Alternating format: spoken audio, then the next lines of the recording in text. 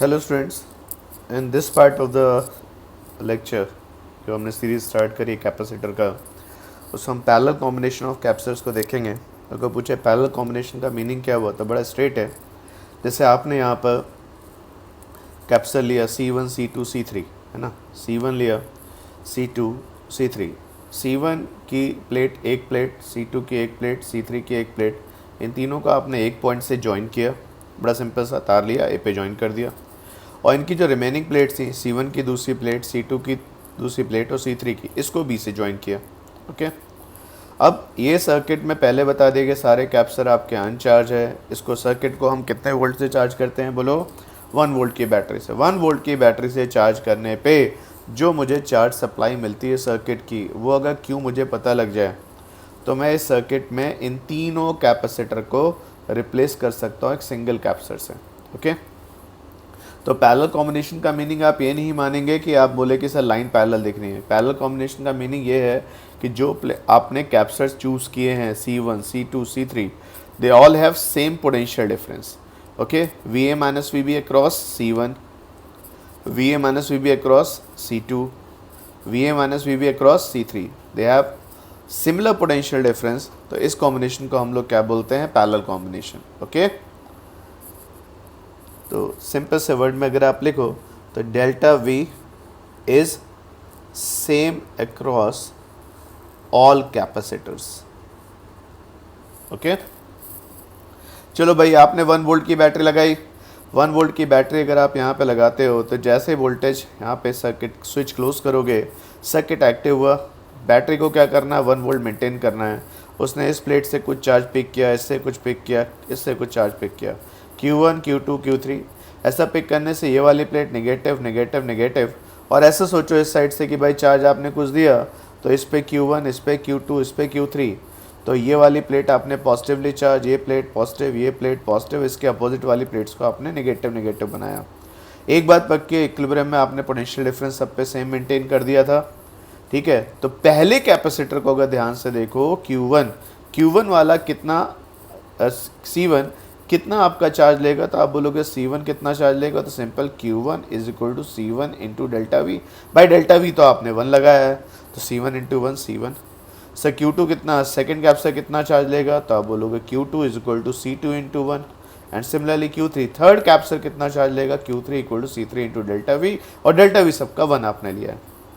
तो एक सिंपल से अगर मैं बात करूं कि सर पोटेंशियल डिफरेंस क्या होता है, तो potential difference across each capacitor in parallel circuit is the same and is equal to the voltage और ईएमएफ ऑफ द बैटरी। सबके अक्रॉस पोटेंशियल डिफरेंस सेम होता है and that is equal to voltage, और simple way में दूसरे शब्दों में आप बोल सकते हैं ईएमएफ ऑफ द बैटरी। ठीक है, तो अब अगर मैं देखूँ तो भाई मैंने अभी थोड़ी देर पहले डायग्राम बना के आपको दिखाया था कि सर क्यू चार्ज यहाँ से बैटरी ने पिक किया। देखो, पिक यहाँ से करना है और यहाँ रख देना है। इस प्रोसेस में मैंने यहाँ पे नेगेटिव चार्ज डेवलप कर दिया, यहाँ पॉजिटिव चार्ज।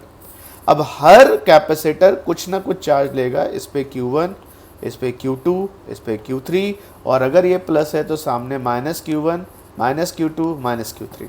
ओके, चलो एक बात पक्की है, ये जो चार्ज आपका इन तीनों पे गया है वो चार्ज यहाँ से ही तो आया, तो वो चार्ज आगे फर्दर 3 पार्ट्स में डिवाइड हुआ, तो Q is equal to Q1 plus Q2 plus Q3। ये कंजर्वेशन ऑफ चार्ज से आप लिख सकते हो ना। तो भाई पहला कैपेसिटर कितना चार्ज लेगा, तो C1, दूसरा कैपेसिटर C2, तीसरा कैपेसिटर C3।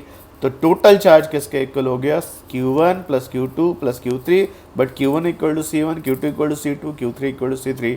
तो इक्वलेंट कैपेसिटेंस कितना आ गया, C1 plus C2 plus C3। तो if you are joining capacitors in parallel combination, then simple answer है C equivalent equal to C1 plus C2 plus C3। याद रखिएगा, ये answer जो आपके आए हैं वो रेजिस्टेंस वाले आंसर्स के इन्वर्स हैं।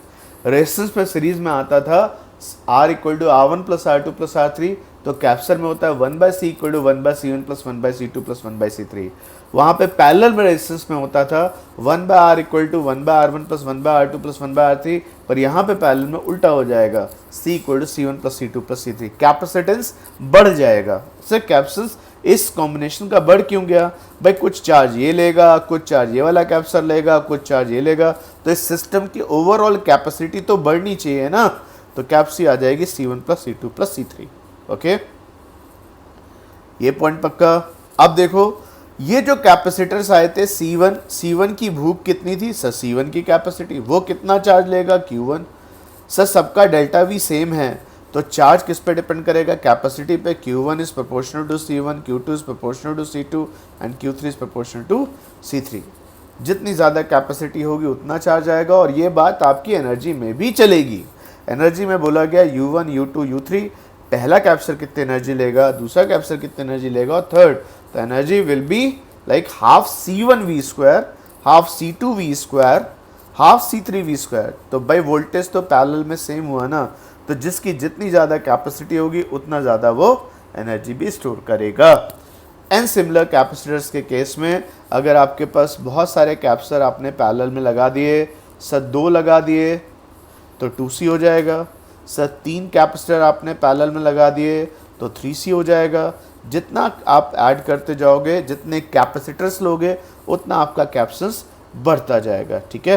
तो अगर n एक सिमिलर कैपेसिटर्स होंगे तो आपका answer simply C equivalent equal to NC आएगा, ओके। तो यहाँ तक के पॉइंट में जो हमारा लेक्चर अभी तक कवर हुआ, भाई हमने एक बात छोटी सी ये सीखी कि मेरे पास अगर ग्रुपिंग है, एक बड़ा ग्रुप है, तो मैं उसको रिप्लेस कर सकता हूँ। रिप्लेस करने मेरे पास पहला डिस्कशन क्या है, सीरीज कॉम्बिनेशन का। तो 1/C equal to 1/C1 plus 1/C2 plus 1/C3, और आज हमने पैरेलल का डिस्कशन किया। तो हम लोग एक बार एक मिक्स ग्रुपिंग के क्वेश्चन देखे हैं। अब देखो एक क्वेश्चन सामने, आपने एक C1 कैपेसिटर लिया 3 माइक्रोफैराड का, इसके आगे आपने एक ब्रांच बनाई 4 माइक्रोफैराड का कैपेसिटर और एक 2 माइक्रोफैराड का कैपेसिटर, ठीक है। अब आप अच्छे से देखो, ये 4 और 2 दोनों सेम पॉइंट्स के क्रॉस कनेक्टेड है। जब भी पोटेंशियल डिफरेंस आएगा, they are connected across same points. मान लो ये पॉइंट B है और इस पॉइंट का नाम C रख दो, तो दोनों के क्रॉस पोटेंशियल ड्रॉप सेम होगा, तो श्योर है C2 and C3 will be in parallel.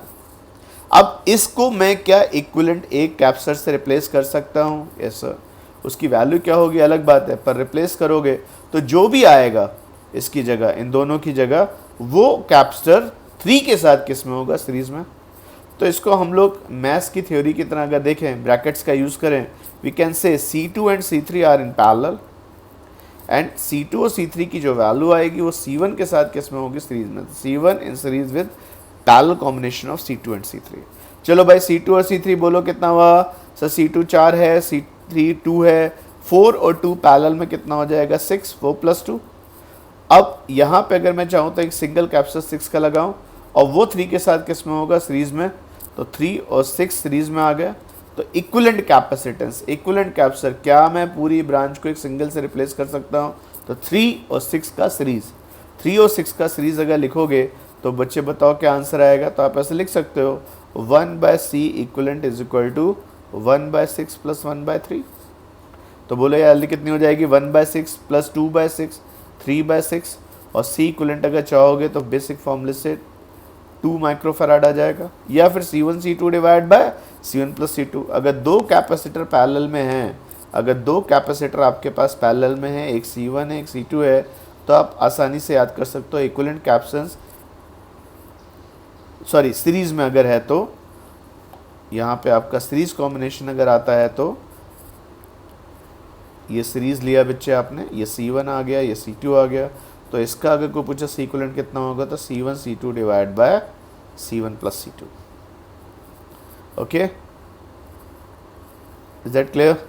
इसमें एक और ट्रिक अगर हम देखें तो बेसिक्स से देखें बिल्कुल, तो मैंने आपको एक चीज़ सिखाई, अगर मुझे मान लो सीरीज पैरेलल नहीं आता है ना, तो हम यहाँ पे क्या करते हैं, डिफरेंट पॉइंट्स का पोटेंशियल मान सकते हैं। जैसे 1 वोल्ट की बैटरी लगाने पर आपके पास पूरी फ्रीडम है, सर्किट में एक पॉइंट का पोटेंशियल 0 मान लीजिए, एक पॉइंट का, क्योंकि सारा खेल पोटेंशियल डिफरेंस का है। तो अगर तुम इसे 0 वोल्ट मानते हो तो ये टर्म अपने आप ही 1 वोल्ट आ गया। तुम ध्यान से देखो इस सर्किट में कितने पॉइंट हुए सर, B हुआ, A हुआ, और एक पॉइंट, इसको हम यहाँ पे नोड बोल सकते हैं। नोड मतलब common point, junction, node, common. तो इस नोड का पोटेंशियल मुझे नहीं पता, तो मैं इस नोड के पोटेंशियल को क्या मान लेता हूँ, x। अगर मैं इसका पोटेंशियल x मानता हूँ तो मुझे बताना 3 माइक्रोफैराड के क्रॉस कितना पोटेंशियल डिफरेंस हुआ, तो आप बोलोगे 1 - x। सर 4 के क्रॉस कितना हुआ, तो आप बोलोगे x - 0। सर 2 के क्रॉस कितना हुआ, तो आप बोलोगे x - 0। तो मुझे पोटेंशियल डिफरेंस पता हो तो क्या मैं प्लेट्स पे चार्ज लिख सकता हूँ? Yes sir.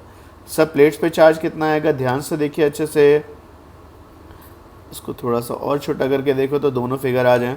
सर पहला कैप्चर जो था आपके पास यहाँ पर C into delta we, C3 delta V 1 minus x. तो फर्स्ट प्लेट कितना चार्ज लेगी? 3 इंटू 1 माइनस एक्स।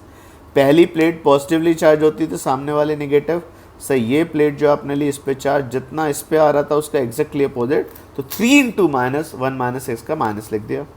सर ये प्लेट देखो, ये कैप्चर देखोगे 4 वाला, तो इसके cross potential difference, the potential difference of this is x minus 0, तो charge on this plate is 4 into x minus 0, C delta we. Second पे चार्ज कितना है सर? C डेल्टा वी, तो 2 इंटू एक्स माइनस 0। तो sir यहाँ पे मेरे पास ध्यान से देखो जो प्लेट्स हैं उनको अच्छे से देखो, तो थर्ड की 3 माइक्रोफैराड की ये वाली प्लेट, 4 माइक्रोफैराड की ये वाली प्लेट और 2 माइक्रोफैराड की ये वाली प्लेट। सर ये सारी प्लेट्स क्या आपस में कनेक्टेड हैं? Yes sir. ये तीनों प्लेट अगर आपस में कनेक्टेड हैं तो आप क्या बोल सकते हो यहाँ पर कि सर इन पे टोटल चार्ज क्या रहना चाहिए? कंजर्व रहना चाहिए। तो टोटल चार्ज कितना आएगा बच्चे बताओ? एक पे 4x आएगा, एक पे 2x आएगा और थर्ड जो नेगेटिव उस पे आएगा -3 into 1 minus x. The total charge for these 3 plates must be 0। ये आइसोलेटेड है, ये कहीं से जुड़े ही नहीं है। समझो कुछ कहानी ऐसी है, ये ऐसे जुड़ी हुई है प्लेट्स। अब इन पे टोटल चार्ज तो 0 ही होना चाहिए ना। एक पे चार्ज कितना है? -3 इंटू 1 माइनस एक्स, दूसरे पे 4x plus 2x equal to 0। अब आप इसको लिखोगे तो 3x प्लस इसको सॉल्व करिए तो 9x equal to 3 and x equal to 1/3। तो एक बात सिंपल से आई कि अगर मैं 1 वोल्ट की बैटरी लगाता हूँ तो मुझे इस पॉइंट का 0 मानने पे इस पॉइंट का पोटेंशियल कितना मिलेगा? 1/3 वोल्ट। नो डाउट अगर मैं बैटरी ज़्यादा वोल्ट की लगाऊंगा तो मेरे आंसर चेंज होंगे। बी का पोटेंशियल मैं 0 की जगह कुछ और मानूंगा तो भी आंसर चेंज होंगे। पर आप सबको क्लियर है जो गवर्निंग फैक्टर है पूरे सर्किट्स में, कैपेसिटर में, वो डेल्टा वी है। वो वैल्यू आपकी 1 वोल्ट अगर है तो ये वैल्यू 1 माइनस 1/3 ही चार्ज डिसाइड करेगी। तो बताना। अब ध्यान से देखो charge supplied bye battery. Sir ये जो प्लस प्लेट थी दिख रही है ना, ये वाली प्लस प्लेट, ये वाली प्लेट, ये प्लेट को बैटरी ने चार्ज दिया। इस पे जो भी चार्ज आएगा वो बैटरी ने दिया। अब इस पे चार्ज कितना आएगा? तो charge supplied by the battery will be like 3 into 1 minus x. Charge supplied by the battery will be 3 into 1 minus x. X की वैल्यू 1/3, 1 माइनस 1/3 2/3, कैंसिल 2 माइक्रोकूलम।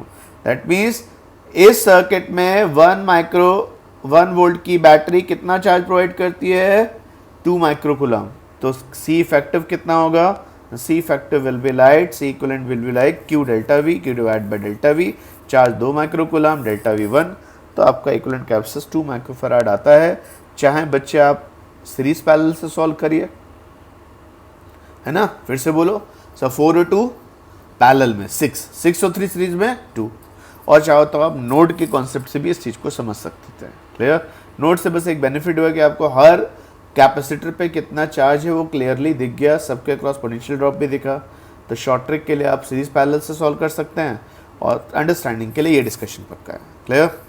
चलिए भाई अब अपना नेक्स्ट सवाल देखो। तो आपने क्या किया, यहाँ 3 कैपेसिटर्स लिए, एक C1 लिया, एक C2 C3 लिया। C2 C3 साफ साफ समझ में आता है किस में है? सीरीज में।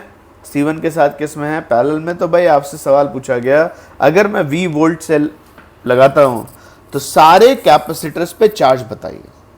तो भाई एक बात बताओ, अगर मैं यहाँ पे इस सर्किट को रीड्रॉ करूँ, अच्छे से देखो इस सर्किट को आपने रीड्रॉ किया, सॉल्यूशन देखो इसका। सही, ये मेरे पास C2 है, ये मेरे पास C3 है ना, ये मेरे पास C है, और मैं कहता हूँ भाई जब आपने दोनों को C1 के क्रॉस वोल्टेज और C2 C3 की ब्रांच के क्रॉस वोल्टेज सेम ही तो है ना, तो आप ऐसे बना दो V, और नीचे वाला सेल ये आपने कैप्शन C1 मान लिया, ये आपका C2 आ गया, ये C3 आ गया।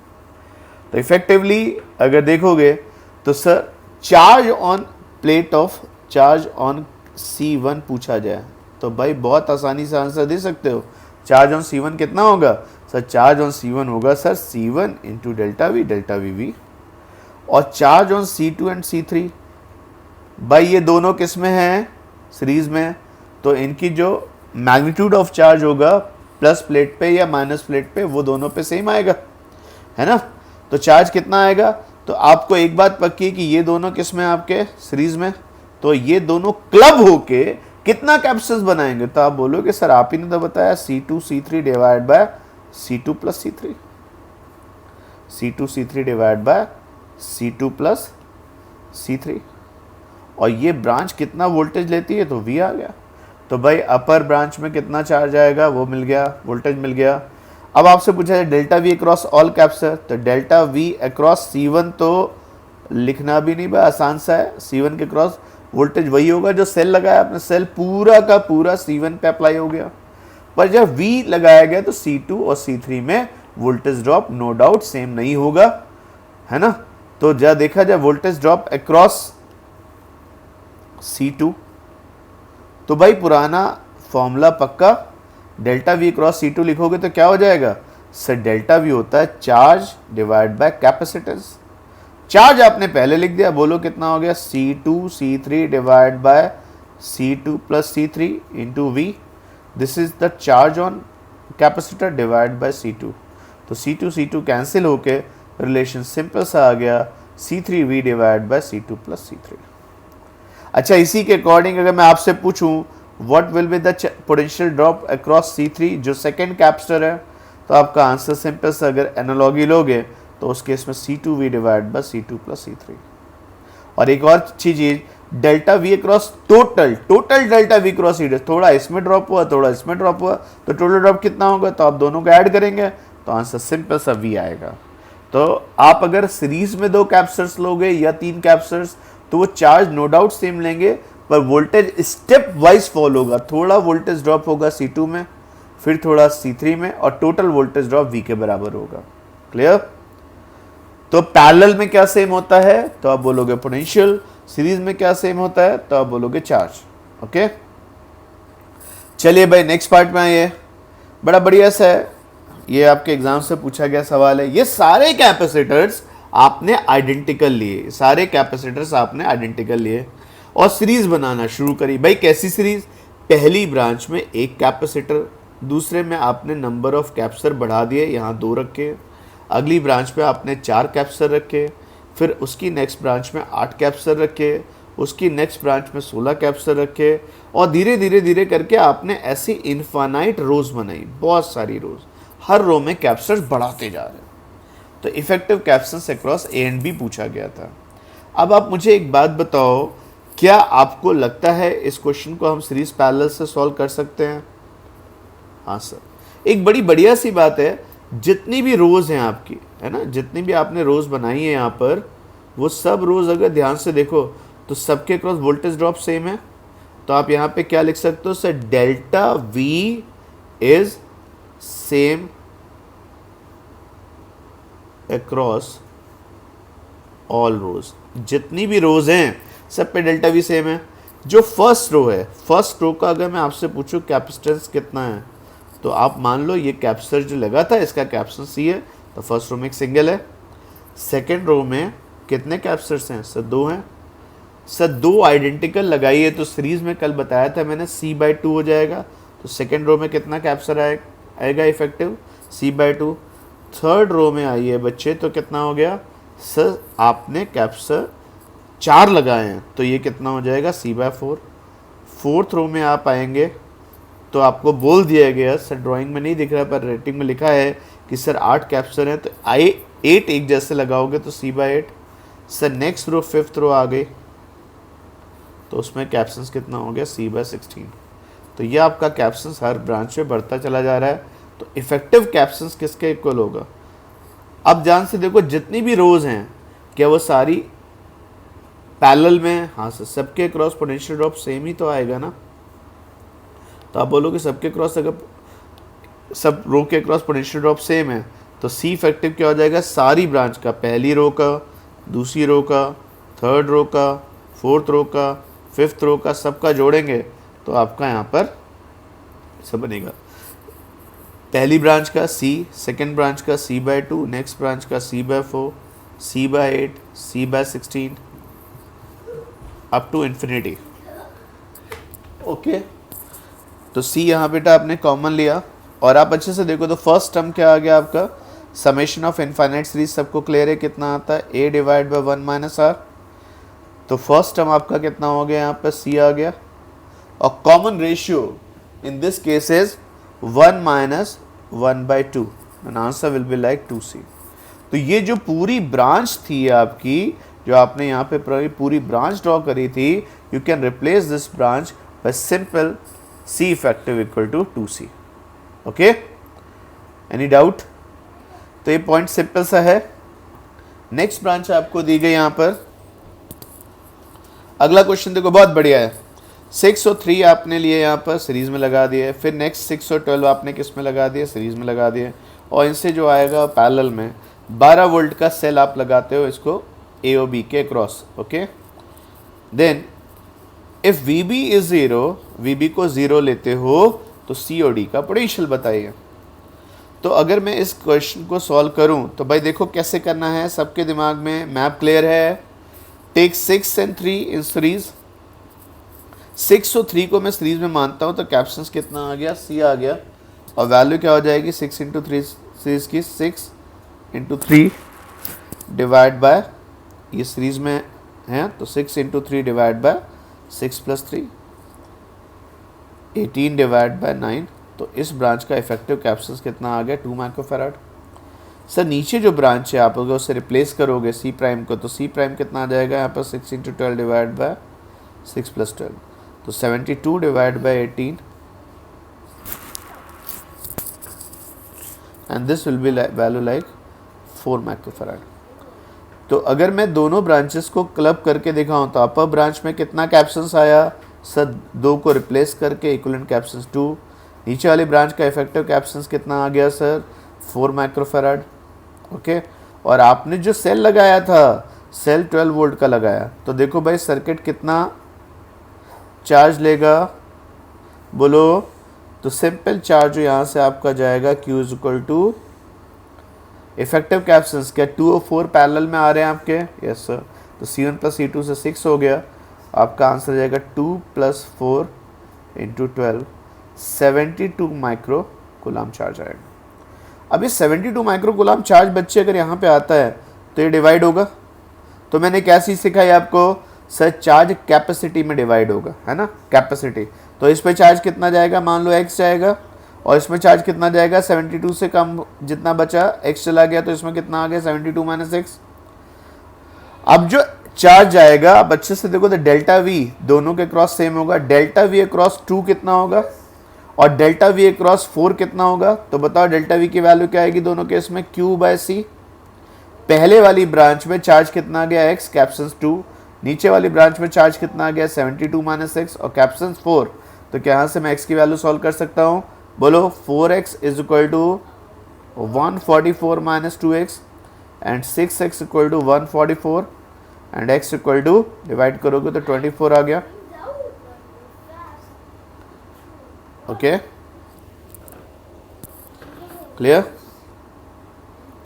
तो भाई अगर x चार्ज आता है बच्चे यहाँ पे, तो यहाँ पे आपके पास x चार्ज गया था, x की वैल्यू बेटा आपने सॉल्व करी तो कितनी आ गई, 24। और नीचे वाली ब्रांच पे चार्ज कितना गया, तो आपने बोल दिया 48। तो भाई पोटेंशियल ड्रॉप अगर पूछा जाए तो कितना होगा, भाई सीधी सी बात है,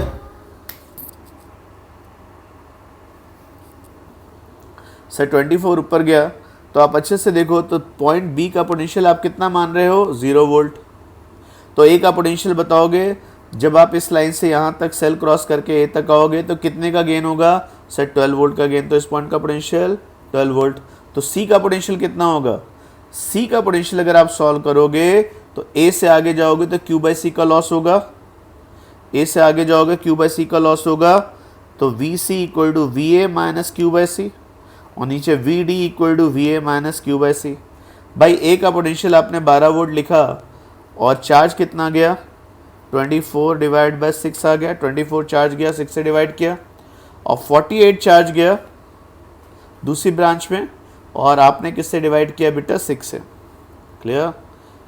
तो आप मुझे बताना VA कितना आ रहा था, तो VA आपने माना 12 वोल्ट है, तो 12 - 4, 24/6 is 4, तो सी पॉइंट का पोटेंशियल 8 वोल्ट, और अगर मैं इसके अकॉर्डिंग चलूँ तो 12 माइनस 48/6, तो 12 माइनस 8 के अकॉर्डिंग 4 वोल्ट। तो आपने सर्किट में बता सकते हो कि हर पॉइंट का पोटेंशियल क्या होगा। अगर आप बी का पोटेंशियल बच्चे 0 मानते हो तो ए का 12 होगा, और सी का आपने लिखा सी का पोटेंशियल कितना आ रहा है 8 वोल्ट, और डी का पोटेंशियल 4 वोल्ट। नो डाउट अगर आप इस वैल्यू को चेंज करोगे, बी को 0 की जगह 10 मान लोगे, तो उसके अकॉर्डिंग ये 10 हो जाएगा, तो आगे जाके इधर 22 हो जाएगा। अकॉर्डिंगली सी और डी की वैल्यू चेंज होगी। लेकिन फिर से जो चीज़ नहीं चेंज होगी वो पोटेंशियल डिफरेंस बिटवीन 2 पॉइंट्स होगा, चाहे सर्किट में बात करो VC माइनस VD या VA माइनस VB, ये सारी वैल्यूज आपकी सिमिलर रहनी है। ओके, नेक्स्ट एक ब्रांच बेटा मैंने आपको बना के दिया। अगर याद करना तो लेक्चर में सबसे पहले मैंने इस तरह का आपको शेप बना के दिया था और बोला था क्या मैं इसका सीक्वेंट निकाल सकता हूँ। यस सर, हम लोग इसका सीक्वेंट निकालेंगे, पर स्टेप वाइज चलना पड़ेगा। स्टेप वाइज हमें ड्राइंग्स अब बनानी पड़ेंगी। वो ड्राइंग्स अगर देखी जाएँ तो कैसी ड्राइंग्स आएंगी, फिर से मैं यहाँ पे आपको ड्रॉ करके दिखा देता हूँ। ध्यान से देखो, यहाँ पे 6 और 3 सोल्यूशन में देखो, स्टेप वाइज चलो। क्या 6 और 3 एक ही लाइन में है, तो 6 और 3 सीरीज में आ गए। 6 और 3 अगर सीरीज में हैं तो इनका इक्विवेलेंट कैपेसिटेंस कितना हो जाएगा इस ब्रांच का, 6 × 3 डिवाइड बाय 6 + 3, 18 डिवाइड बाय 9 के अकॉर्डिंग 2। तो अगर मैं सर्किट को शॉर्ट करूं तो मेरे पास ये सर्किट पूरा अभी वैसे का वैसा ही है जैसे आपने पहले ड्रॉ किया है ना। देखो अच्छे से, ये आपके पास आ गया।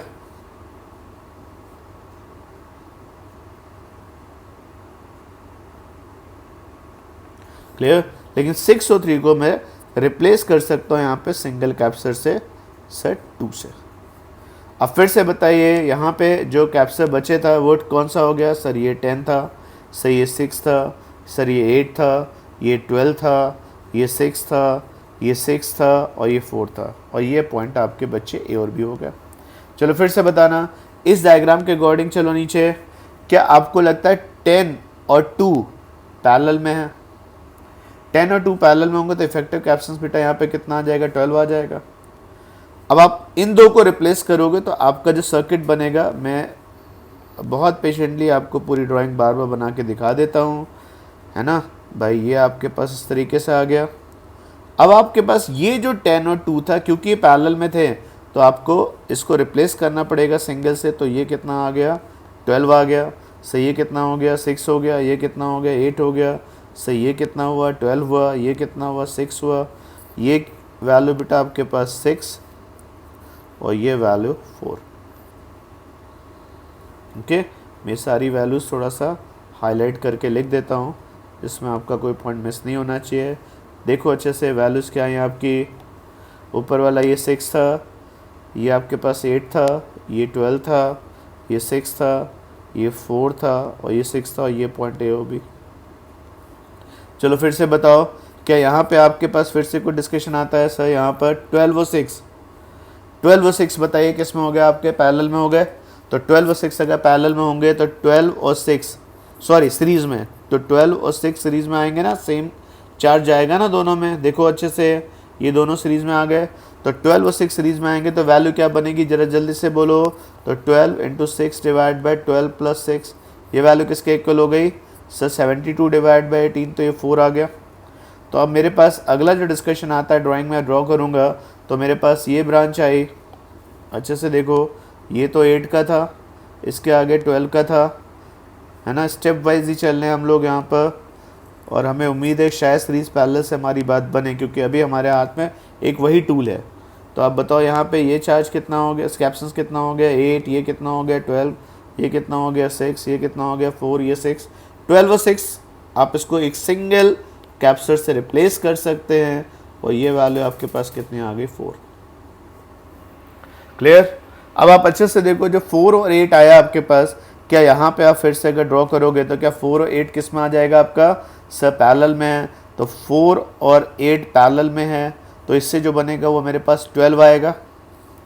अब अगर मेरे पास ये दोनों को मैं रिप्लेस करता हूँ 12 से, तो मेरे पास जो नेक्स्ट ब्रांच बनेगी, बोलो नेक्स्ट ब्रांच कैसी बन गई यहाँ पर? सर ये 12 आ गया, ये 12 आ गया, ये 6 आ गया, ये 6 आ गया, और ये आपके पास 4 आ गया, ऐसे ही तो आ रहा है ना।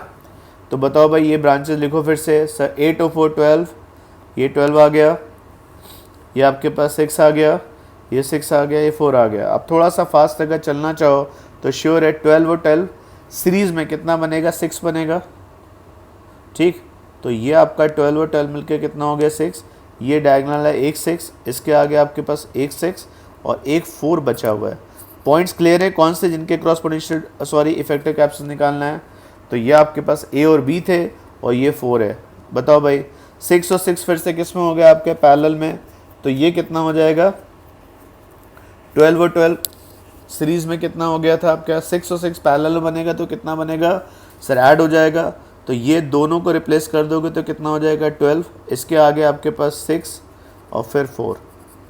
ये पॉइंट ए बी, तो हम रिड्यूस करते करते करते 3 कैप्चर्स पे आ गए हैं। चलो भाई 12 और 6 ध्यान से देखो किस में हो गए सर, सीरीज में आ गए। तो 12 और 6 सीरीज में बनाओगे तो कितना हो जाएगा 12 इंटू 6 डिवाइड बाई 12 प्लस 6, तो वैल्यू कितनी हो जाएगी 72 डिवाइड बाई 3 4 आ गया। तो अगर मैं इन दोनों को रिप्लेस करना चाहूँ तो फाइनली मैं सर्किट को रिड्यूस करते करते, कॉम्बिनेशन को रिड्यूस करते करते ये 4 और ये 4 आ गया। तो अगर मैं इन दोनों को रिप्लेस करूँगा तो C equivalent, because 4 and 4 are in parallel, तो effective capacitance will be like 8 microfarad. Okay, ये जो पूरी ब्रांच थी आप उसको रिप्लेस कर सकते हो एक सिंगल कैपेसिटर से जो कितने का होगा 8 माइक्रोफैराड का। क्लियर, इसमें क्लियर है पॉइंट, फिर से मैं रिवाइज कर देता हूँ। 6 और 3 किस में आ गया आपके सीरीज में, तो कितना बनेगा 2, 2 और 10 किस में हो गए पैरेलल में, तो कितना बनेगा 12, 12 और 6 फिर से किस में हो गए, 12 और 6 किस में हो गए सीरीज में, तो आपका इससे वैल्यू क्या आ जाएगी 4, 4 8 पैरेलल हो गए तो फिर से क्या आ जाएगा 12, 12 और 12 किस में हो गए सीरीज में, तो कितना आएगा 6, 6 और 6 पैरेलल में हो गया 12, 12 और 6 4 एंड 4 and 4 पैरेलल में, आपका आंसर 8 माइक्रोफैराड। क्लियर, तो ये जो हमने अपने लेक्चर्स को अभी कंप्लीट किया, हम सीरीज पैरेलल कॉम्बिनेशन को कवर कर सकते हैं। कैपेसिटी बढ़ानी हो तो आप पैरेलल में अप्लाई करिए, और कैपेसिटी को रिड्यूस करना, वोल्टेज डिवाइड करना हो तो हम सीरीज कॉम्बिनेशन को। तो हमने कुछ क्वेश्चंस आपके सीरीज पैरेलल के कॉम्बिनेशन के मिक्स किए। नेक्स्ट पार्ट में हम लोग कुछ पर्टिकुलर कॉम्बिनेशन हैं उनको कवर करेंगे, और कोशिश करिए इन लेक्चर्स को एक बार देखिए, पढ़िए, go through NCERT SC Verma, आपको बेसिक क्वेश्चंस करने पड़ेंगे। देन कोई भी आप बुक ले लीजिए जिसमें एमसीक्यूज़ के अच्छे क्वेश्चंस हो, किसी भी कोचिंग के पैकेज सब में ऑलमोस्ट सिमिलर सी क्वेश्चंस हैं, किसी में कम किसी में ज़्यादा, पर ओवरऑल अगर पैकेज करें, कोई भी एक्सरसाइज करें तो पूरी करें। ऐसा ना करें कि सर इसके आसान कर लिए फिर अगले के आसान कर लिए। नो डाउट आप किसी का भी करें तो कंप्लीटनेस अगर आप रखोगे तो ही बात बनेगी, ठीक है ना। तो जो बुक उठाइए उसका एक एक क्वेश्चन सॉल्व करिए तो आपको बात बनती है इसमें। तो हमने सीरीज पैरेलल कॉम्बिनेशन अभी कंप्लीट किया। नेक्स्ट क्लास में, नेक्स्ट लेक्चर में हम लोग जो रिमेनिंग कॉम्बिनेशन है उन्हें कवर करेंगे, ठीक है। एनी डाउट, तो बाकी हम लोग नेक्स्ट क्लास में रखेंगे।